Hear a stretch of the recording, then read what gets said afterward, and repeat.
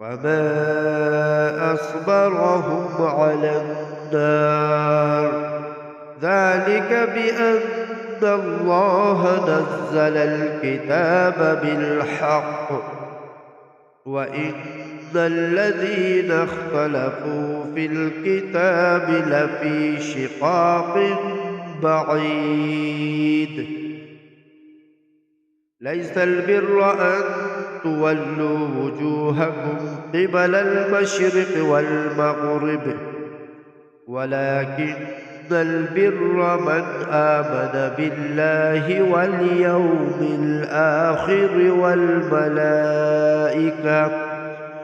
والملائكة والكتاب والنبيين وآتى المال على حبه ذوي القربى واليتامى والمساكين وابن السبيل